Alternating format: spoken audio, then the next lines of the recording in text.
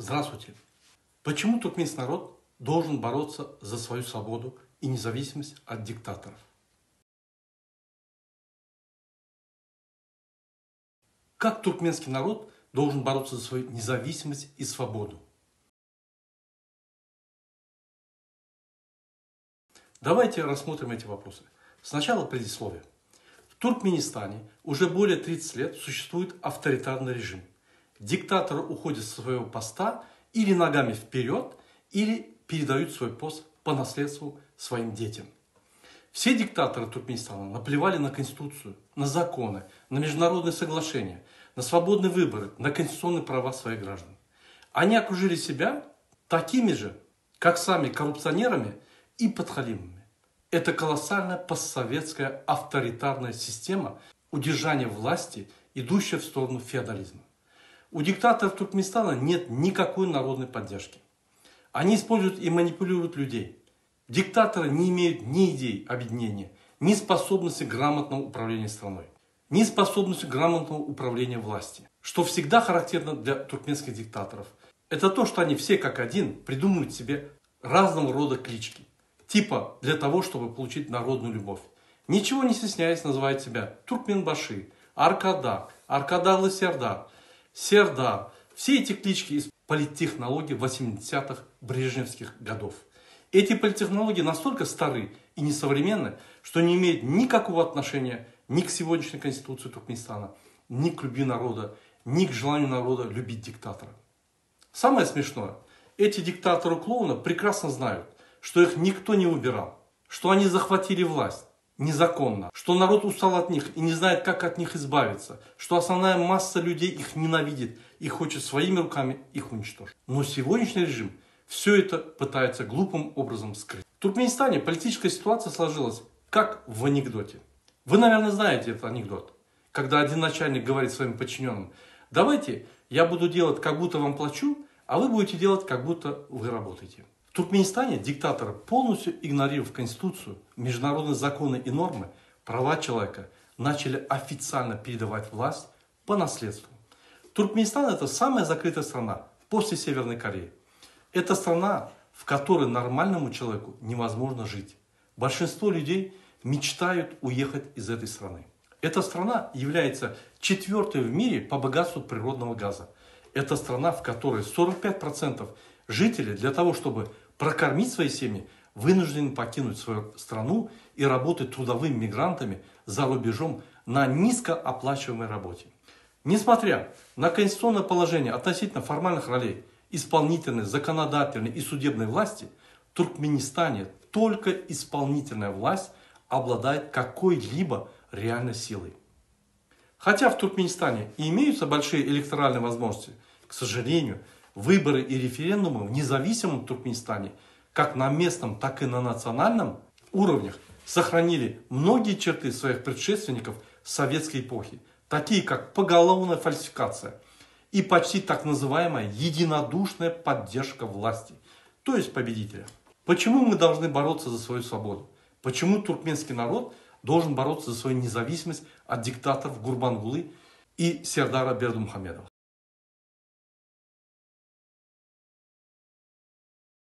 Чтобы глубже понять эти вопросы и найти точные ответы, давайте рассмотрим историю образования государства Туркменистан и как проходили за последние 32 года президентские выборы в Туркменистане. Немного справки. Независимость Туркменистана была провозглашена 27 октября 1991 года.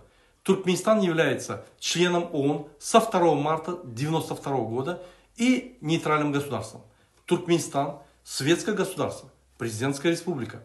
Прошу вас обратить внимание на то, что государство Туркменистан образовалось 27 октября 1991 года, но тем не менее пост президента Туркменистана был введен во второй половине 1990 года, еще за год до образования государства Туркменистан.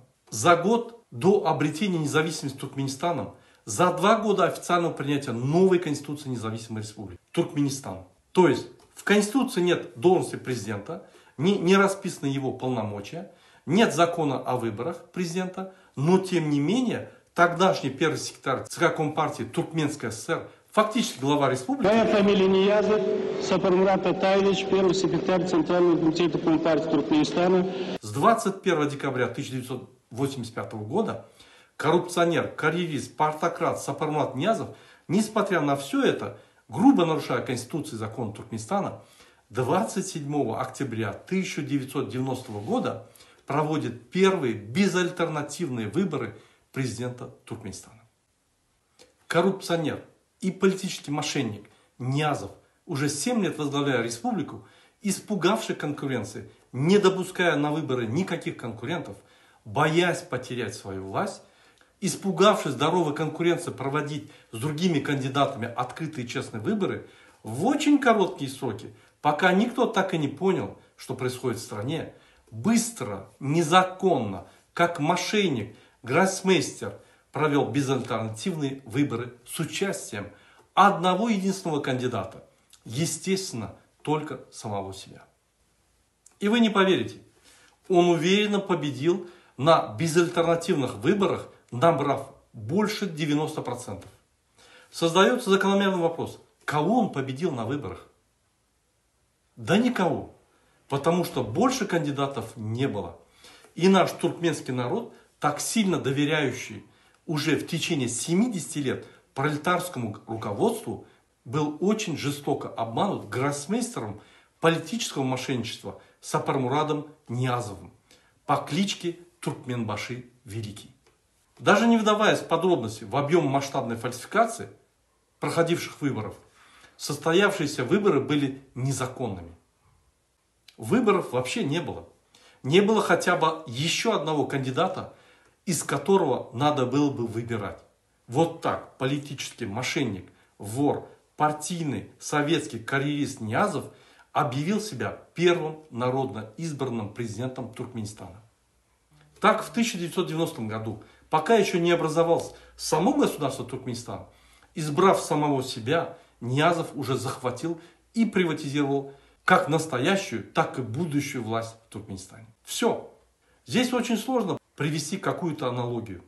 Если сказать языком шахматиста, то гроссмейстер Остап Бендер по имени Ниязов сел за стол играть в шахматы с туркменским народом, сделал свой первый ход белой пешкой, нарушив все действующие шахматные правила, одним единственным ходом сразу поставил мат туркменскому народу.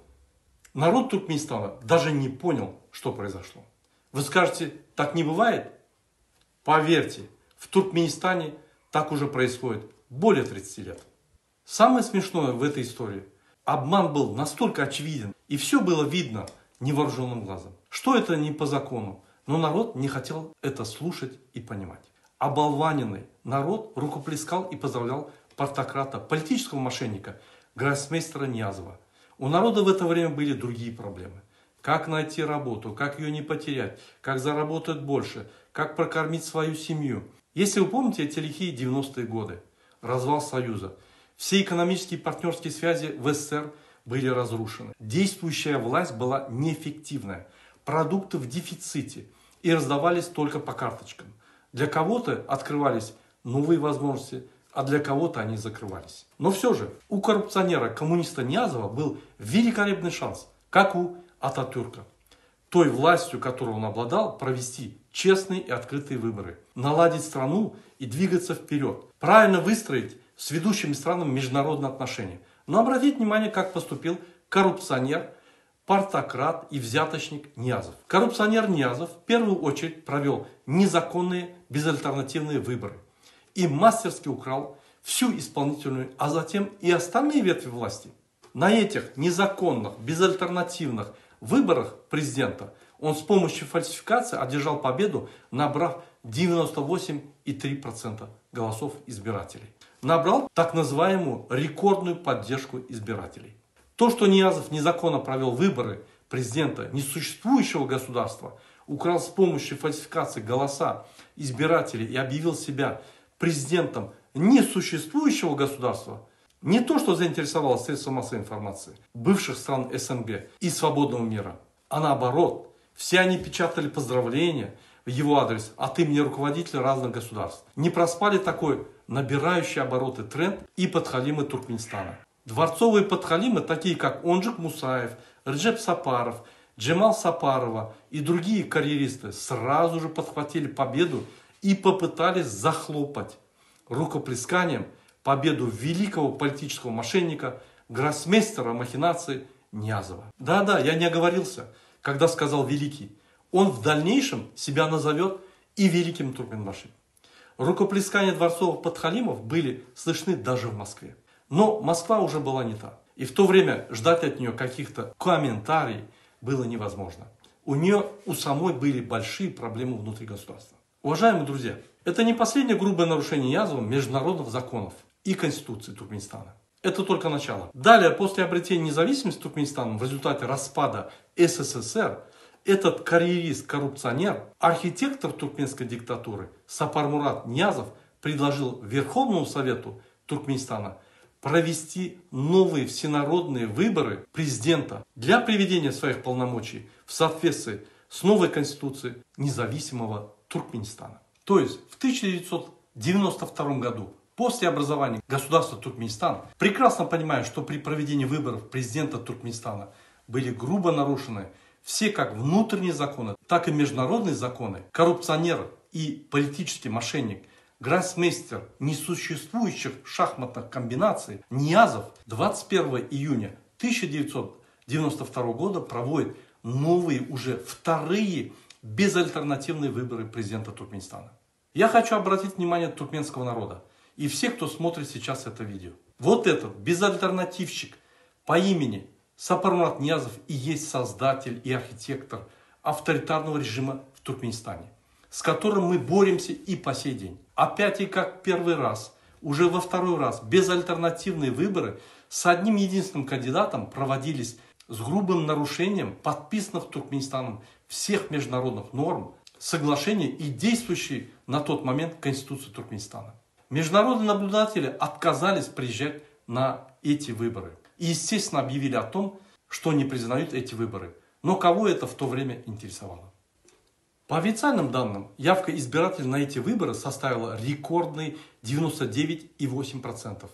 Представленные результаты показали, что стало достаточно проведения одного единственного тура. За единственного кандидата на выборах по официальным данным проголосовало рекордные 1 миллион 874 тысячи 357 человек. Или 99,5% избирателей.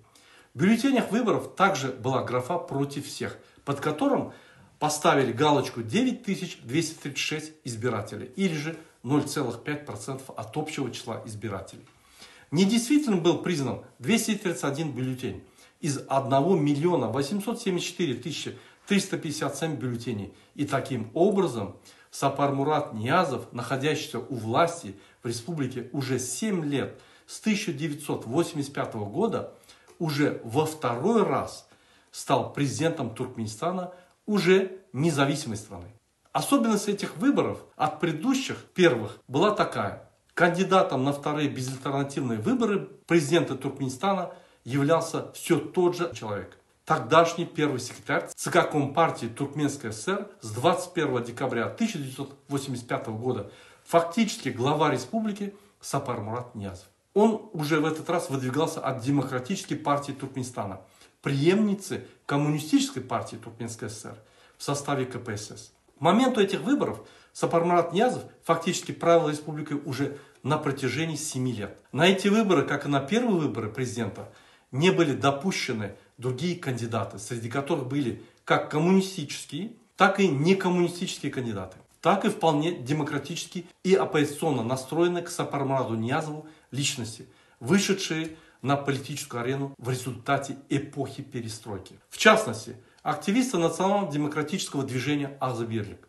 Уважаемые туркменистанцы, вот так проходили первые и вторые безальтернативные выборы президента Туркменистана. Выборы без выборов. Или, проще сказать, выборов вообще не было. Ниязов незаконно избранный президент Туркменистана. Но это только начало нарушения Ниязовым всей выборной системы Туркменистана. Так, следующие президентские выборы в Туркмении должны были состояться в 1999 году. Но срок президентских полномочий Сапармурата Ниязова был продлен 99,9% голосами избирателей незаконно избранного органа Халк Маслахаты до 2002 года. Никакого народного референдума так и не было. Незаконно созданный, незаконный орган Халк Маслахаты, руководителем которого был сам Ниязов, проявил свои полномочия от имени народа. Обратите внимание на то, что незаконный орган Халк Маслахаты или Народное собрание во главе с Ниязовым, который заменил народный референдум, вынес незаконное решение о продлении полномочий президента Туркменистана. Уважаемые друзья, вам надо это услышать. Оцените очередной гроссмейстерский ход безальтернативщика-коррупционера Ниязова. Будучи руководителем так называемого Народного собрания Халк Маслахаты, он на очередном собрании по многочисленным просьбам членов и участников Народного собрания соглашается и принимает решение продлить свое полномочие президента Туркменистана до 2002 года. То есть он продлил полномочия самому себе. Нет, Ниязов не просто гроссмейстер-махинатор, а мега-гроссмейстер-махинатор планетарного масштаба. Я не должен, наверное, вам рассказывать, для чего было создано Народное собрание Халк Маслахаты, состоящее всего лишь из 2504 человека. Нет, расскажу. Итак, Народный совет или Халк Маслахаты является всенародным советом, состоящим из 2507 человек, представляющих все социальные слои общества. В его состав входят президент Туркменистана, избираемые народом халк-векиллеры, народные представители, депутаты парламента, меджлиса Туркменистана, члены правительства, кабинета министров, руководители общественных объединений, главы местной администрации, делегированные предприятиями и учреждениями страны, представители трудовых коллективов. В общем, замешали туда все, что можно. Халк Маслахаты обладает полномочиями высшей государственной власти и управления. Он рассматривает и принимает решения по важнейшим вопросам жизнедеятельности государства. Принятие Конституции Туркменистана, утверждение программ основных направлений политического, экономического и социального развития страны, назначение выборов президента и членов представительных органов страны, решает вопрос о проведении всенародных референдумов, ратификации и денонсации международных договоров. В ведении Халк Маслахаты находятся и другие вопросы, предусмотренные Конституцией и законами. Руководитель работы Халк Маслахаты, избираемый его членами, председатель. Деятельность Халк Маслахаты регулируется Конституционным законом о Халк Маслахаты от 15 августа 2003 года, законом о выборах народных представителей Халк Векиллеры от 25 ноября 1997 года, новая редакция от 14 декабря 2002 года, и законом о статусе народных представителей Халк Векиллеры от 25 ноября 1997 года. Изначально этот орган был специально создан для контроля и узурпации всей власти в Туркменистане. Исполнительной, законодательной и судебной власти. То есть, используя Народное собрание или Халк Маслахаты, он принимал необходимые себе решения и узурпировал власть в Туркменистане. Это классический пример, когда один человек забирает, создавая всякие органы, как Халк Маслахаты, все полномочия государственной власти. Вот так образовывается диктатура. Официально 2/3 членов Халк Маслахаты не избирались, а назначались. Оставшиеся 1/3 так называемых народных депутатов тоже не избирались. Их безальтернативщик Ниязов избирал по рекомендации руководителей вилаятов, областей. Ниязов заставлял хакимов вилаятов предлагать только самых лояльных и верных людей со всего вилаята. Поэтому все в этом Халк Маслахаты рукоплескали и выдвигали сумасшедшие позорные предложения о восхвалении Ниязова, присвоении ему титула Туркменбаши, переименование города Красноводска в город Туркменбаши, награждение Ниязова 5 раз званием Героя Туркменистана. Теперь скажите, это народно избранный так называемый Народный совет или назначенные безальтернативщиком Ниязовым члены его ручного органа Халк Маслахаты? Все эти так называемые народные советы были созданы для замены действующей власти, парламентской и судебной. Этот орган был над законодательной и судебной властью. Это схема политического гроссмейстера-мошенника Ниязова полной узурпации власти в Туркменистане. Посмотрим на решение этого ручного органа Ниязова, так называемого Народного собрания Халк Маслахаты. В 1993 году Халк Маслахаты присвоил Ниязову титул Туркменбаши. В 1999 году Халк Маслахаты объявил Ниязова бессрочным президентом, позволив ему переизбираться на должность любое количество раз. Ниязов воспринял эту идею с необыкновенной скромностью. В 2001 году, в день своего 61-летия, он заявил, что после 70 лет управлять страной очень тяжело и пообещал уйти с должности в 2010 году.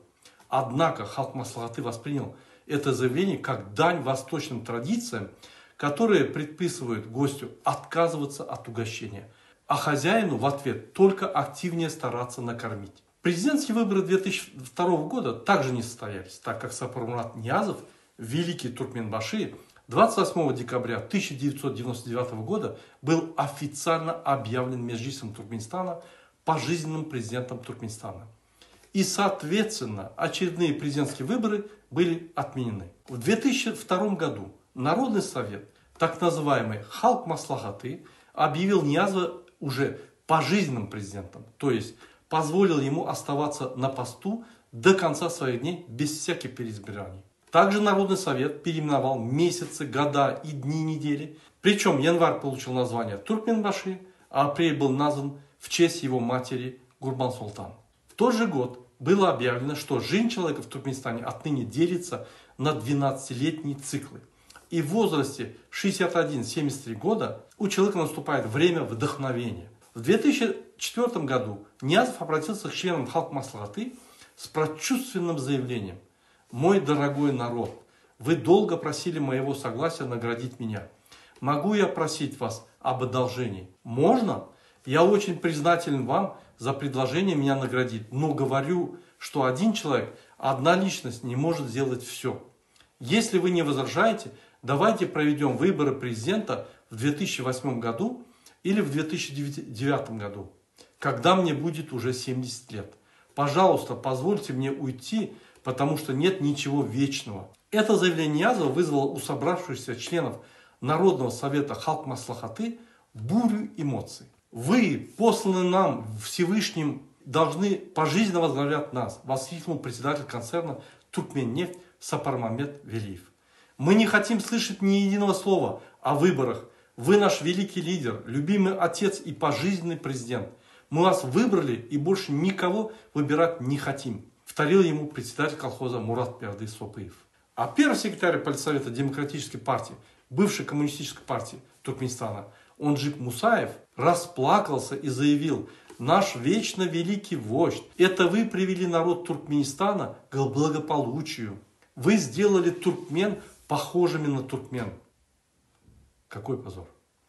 Как мы можем позволить вам уйти? Разве вы не видите реакцию людей? Если потребуется, мы будем умолять вас, стоя на коленях. В итоге, безальтернативщик, незаконно избранный президент и великий политический махинатор Ниязов согласился больше никогда не поднимать тему выборов.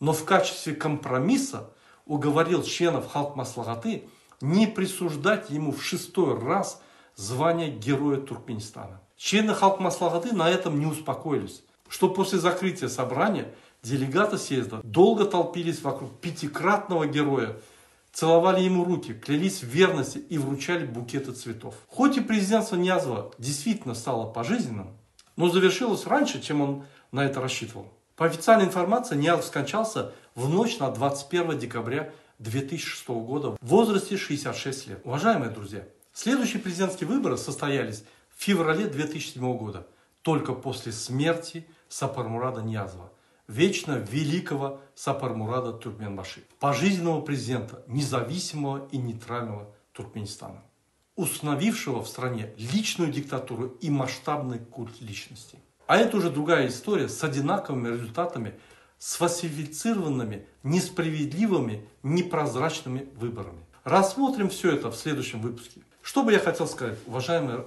друзья? Я вам рассказал, как с начала образования государства Туркменистан проходили выборы президента Туркменистана. Еще далеко до начала образования нашего государства, в 1985 году, власть захватил коррупционер и партократ Ниязов. 27 октября 1990 года, еще за год до образования самого государства Туркменистана и за 2 года принятия первой конституции Туркменистана, где будет указана должность президента и его полномочия, Политический мошенник, великий махинатор Ниязов провел безальтернативные выборы без единого кандидата и объявил себя президентом. То есть Ниязов еще до образования нашего государства незаконно захватил власть. С тех пор и до своей смерти он не провел ни одни открытые, честные выборы с участием альтернативных кандидатов. Используя так называемый Народный совет, он награждал и присваивал себе и своим умершим родственникам медали, титулы, ордена Героя Туркменистана, названия колхозов, совхозов. Сапармурат Ниязов незаконно захватил власть, не провел ни одни честные выборы и первым на постсоветском пространстве создал самый страшный авторитарный режим и масштабный культ личности. Он является создателем и архитектором диктаторского режима, который продолжает действовать сегодня в Туркменистане. Дальнейшую историю президентских выборов я вам расскажу в следующем выпуске. До свидания.